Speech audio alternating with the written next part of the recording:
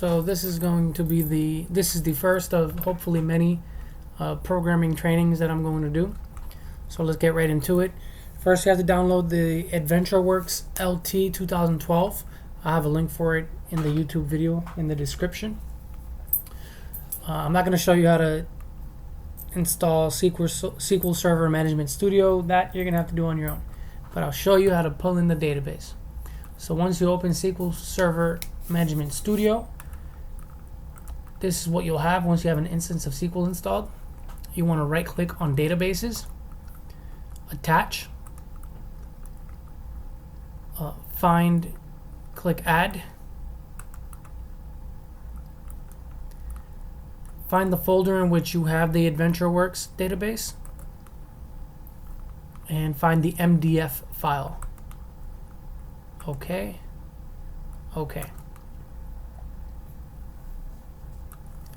So once you have that, if you open up the databases folder, you'll find AdventureWorks.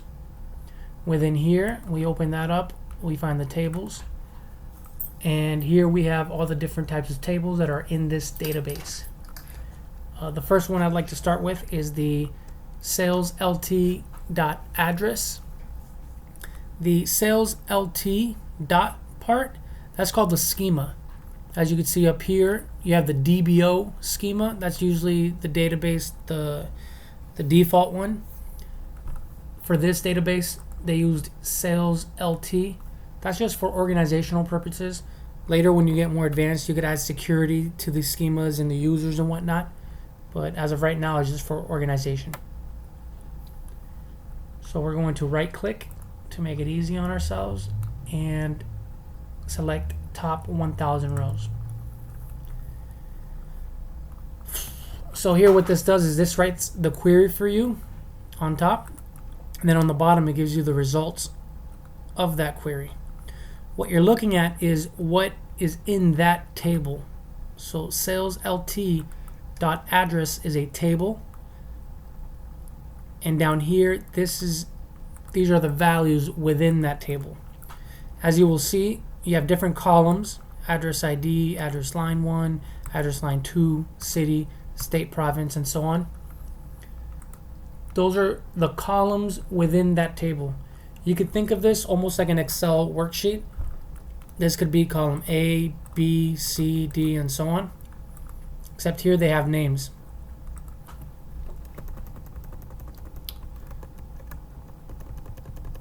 I'm going to simplify this. I'm going to take away the top 1000. Here.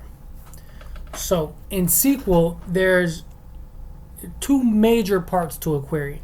Like the most basic, you have two major parts to a query. You have the from clause and the select clause. The from clause is telling you the source of the information that you want. So for example, here we're getting our information from the AdventureWorks LT 2012 database, the sales LT schema, and the address table.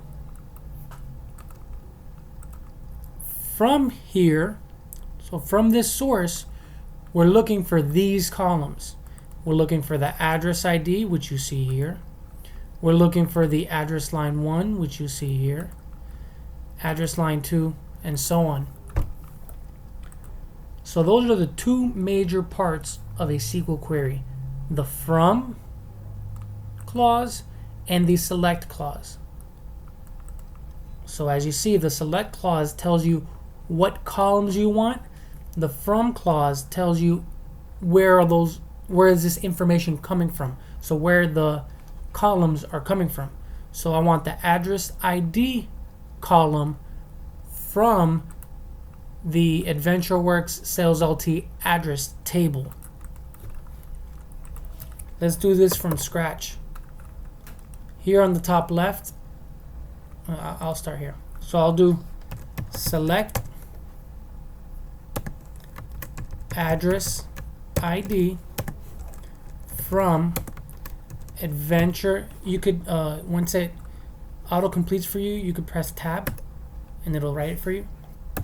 Period sales LT period address. So in SQL, in Microsoft SQL, what you can do is you highlight and you can press execute to execute that query. So what you're going to see here, I'm only asking for the address ID column, so that is all that's going to be returned. Execute. So as you can see, again, I want my information from the AdventureWorks Sales LT address table, but this time I only asked for the address column, which you can see here, it only brought back the address column. And it has, down here on the bottom right, you'll see it has 450 rows of data. So we could scroll down and see all the data that it provides for us. I'm going to add one more column just so you guys can get practice. Space, comma, and I'm going to type in city. Highlight that once more. Press execute. Now I have the address ID on the left and the city on the right, because those are the two columns that I asked it for in the query. Select address ID, comma city from AdventureWorks Sales LT address table. So let's make things a little bit easier on ourselves. On the top left here, this is the database that you want to be in. So if I click the drop down, AdventureWorks LT 2012, I no longer have to include the first part of this location. So in the from clause, I no longer have to include the AdventureWorks LT 2012. I'll delete that in the period. I'll highlight my query once more, execute, same results. So that is the most fundamental part of SQL. I'm going to delete this top right here. This is the most fundamental part of SQL. Select the columns you want. From where do you want the columns to come from? I'm going to show you how I personally like to write my SQL.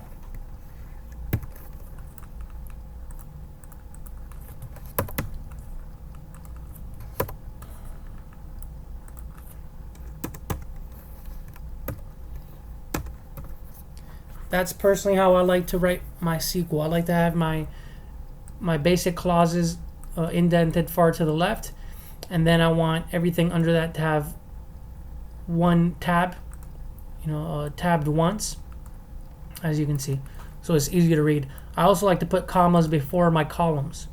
So if I were to do my next one, I'd do enter space. Let's click here to see all the columns within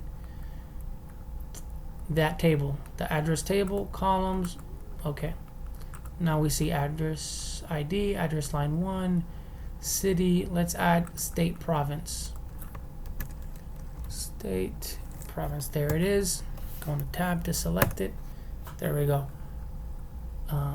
This time, before I was highlighting everything, being that it's the only query in the window, I'm just going to not highlight anything, press execute. It'll execute everything within that window. There we go. Address ID, you can see it there. City, see it there. State, province, see it there. So this is the most basic query we could probably do. Select columns from this table.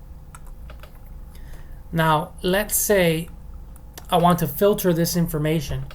That's where we have our third most important clause, called the where clause. So here I'm going to tell it that I only want, I see in the city column, I see that the first value is Ottawa. So I'm going to put where in the city column we only want Ottawa. Execute. Did I misspell something? Let's see. I'm going to highlight the top part, execute. O-T-T-A, I'm sorry. It's O-T-T-A-W-A. Let's run this. There we go. These address IDs given here all have the city of Ottawa. And using that logic, they all fall in the province of Ontario. So that is the second most basic query we have. We have the select statement. Again, select these columns from this table, and now we have a filter where the city equals Ottawa. Let's delete the where clause and run this again. Okay, so now I want, let's say, Seattle, just to give you a second example, where the city equals Seattle. Let's run it. By the way, this is not case sensitive, so I'm going to put 2 capital T's. Execute. Not case sensitive, it doesn't matter. At least not in Microsoft SQL. So again, these address IDs given here are all in the city of Seattle, which in turn happens to be that they're all in Washington, using that logic. So as you've probably heard, there's also another very popular query that everyone runs, and it's they call it the select star. So if you ever hear that, I'll tell you what that means. Select star means bring me every column within the specified table. So rather than identify exactly what tables I want, I'm going to replace all the columns with a star. I'm going to take away my where filter. So what this is telling me is select star from saleslt.address. This is telling me select all the columns from the address table. Let's execute. Voila. Exactly as I said, it selects every single column, every single row, because we didn't have a filter, from the address table. Let's add a filter to it. We can make that happen. Where? Let's do country. Where country. The column names also are not case sensitive. So just to prove that, we'll do big R, big Y, country region equals United States. We'll run this. Execute. So here we have every row of data where the country region is United States. Here on the bottom right, you will see that it shows 295 rows of data for that table. And that is the basic of SQL. No matter what or how fancy people get, this is probably the basics. The select, the from, and the where. The way I was taught personally is to always start with the from clause. So you always, you don't have to type it that way, but always think about where you're getting your data from. Where are all the different places you want your data from? So for our intents and purposes, we want it again from the sales table. So from sales LT, that's the schema, address being the table, and then we could start with the select. Next is the select all columns. Execute. Good practice or best practice is to always identify the exact columns that you want to bring back. So for example, even though we might want all the columns, it's best to identify them, to write them out, because in the future, if you add columns, or if we'll get into this in a different lesson, if you join to another table, then you're going to bring back a lot more than what you're asking for. So always try to be as specific as possible in calling only the columns that you want. Let me show you a trick here. Here's another tip. I'm sorry. Delete the star. You want all the columns. Number one, you could select the column simply by clicking it and dragging it. Oh, I did that wrong. click it and drag it. There you go. Address line 1. Enter. I'm going to do address line 2. There you go. Enter. Comma. You separate the columns with commas. City. I'm going to run this. So what am I saying here? I'm saying bring me back the address line 1 column, address line 2, and the city column from the salesLT.address table. Execute. That's exactly what happened. Address line 1, address line 2, city. Those are the only 3 columns I asked for, and those are the 3 that came back. Just to note, I see that address line 2, many of the values are null, and we'll talk about nulls later. Those are special values. It's actually it's no value. It's the absence of a value. It's not a 0. It's not a blank. It's a null, and those are important. So I just showed you could drag and drop the different column names around your query. That makes life easy. But let's say you want the equivalent of select star. Oh, look at it. If you hover over it, it gives you all the columns. That's cool. But let's say you want the equivalent, but you want to be, you want to be specific. You want to write them all out.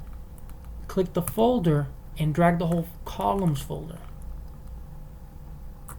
Let go. There you have all of your columns. Again, I personally like to format my SQL. They have tools that will help you do this, but like everything else in the beginning, get into the habit of doing things right, doing them with best practice and to the best of your abilities, because then whenever things automatically get done, if something goes wrong, you know how to fix it because you know the basics. Well, if you always use a tool, then you're gonna have trouble. Another question I get is, why do I always put a comma in front? The reason I do that, let me show you the 2 different ways you could do it. Or you know what? Whenever you have really long queries with many columns, I'm going to do this again. I drag the column folder. Let me organize. Oh, what am I doing?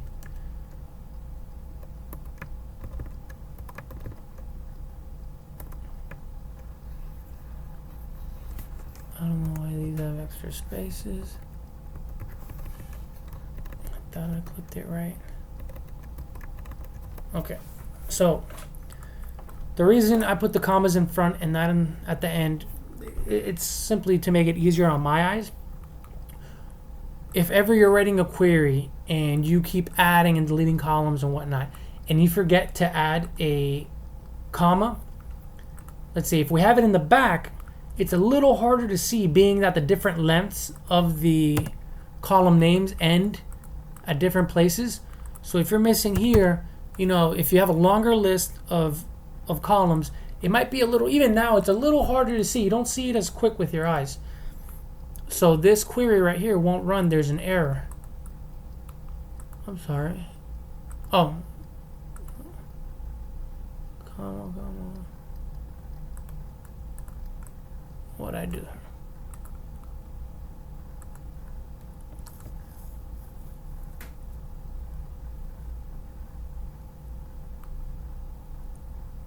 Country region did not show up in my results set. There we go. There's an error here.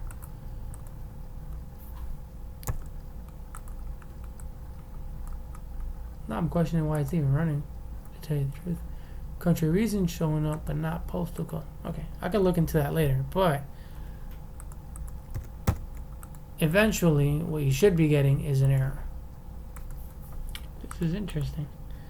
I'm really wondering why it's still running, being that technically in SQL spaces don't matter. So this is the same exact thing.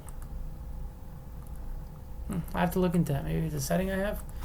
But yeah, another tip is spaces don't matter. So, but back to the main point. I'm sorry, I deviated.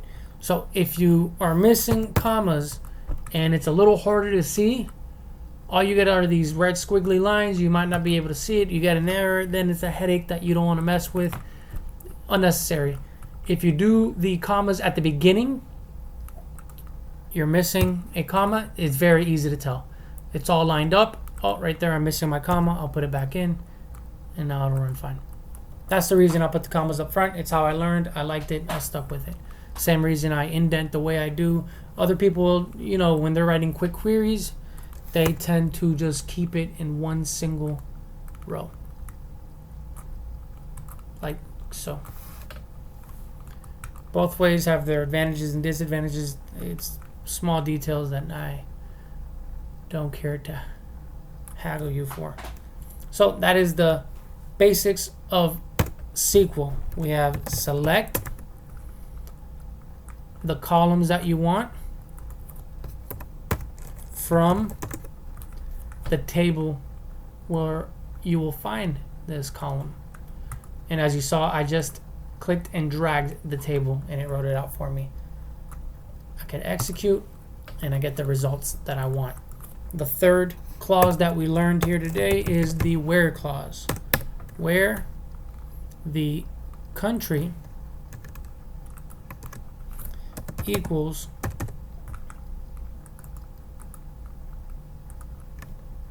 United States.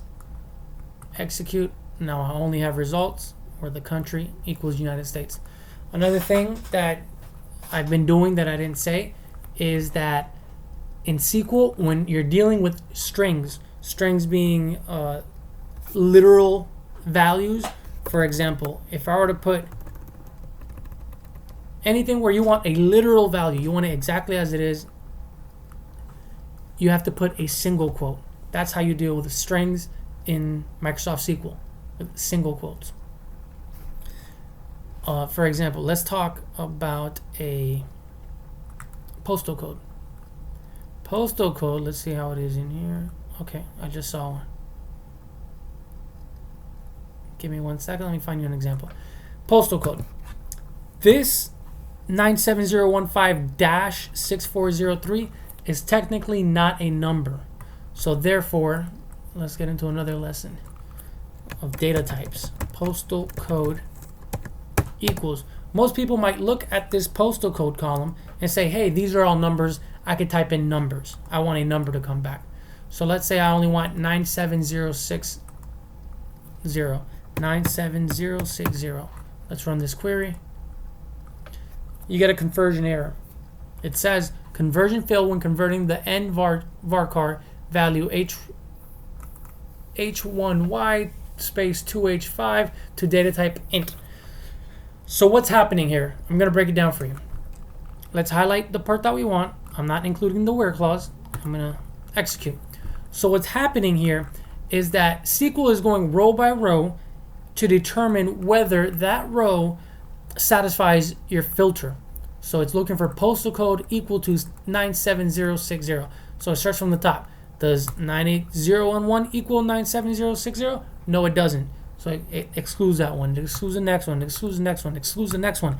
Then when it gets to the h1y space 2h5, this is considered a string. It is not a number.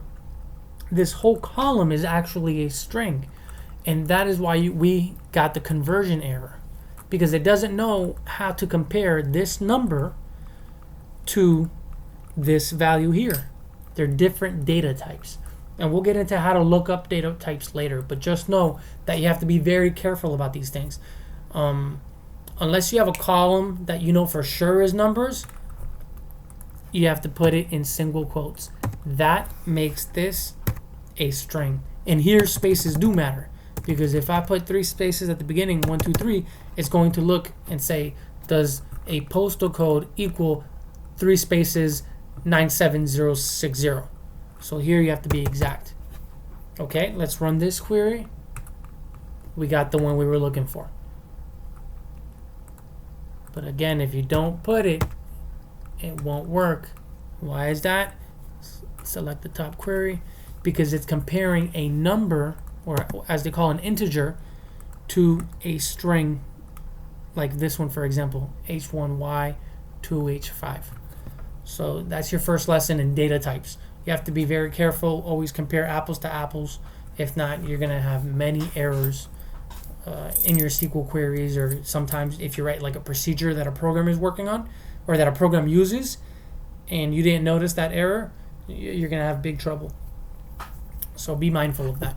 Be careful what data types are in that column, and always make sure you're comparing apples to apples. There's other ways around this, and we'll get to those hopefully in the future. So that is your first lesson. I hope I taught you some tips and tricks. I mean this to be more personal. I'm not just trying to teach you, hey, this is SQL, this and that. I want to give you tips, personal tips that I like to use when I write, and I use at work a lot. So this is the first of hopefully many. Thanks, and bye.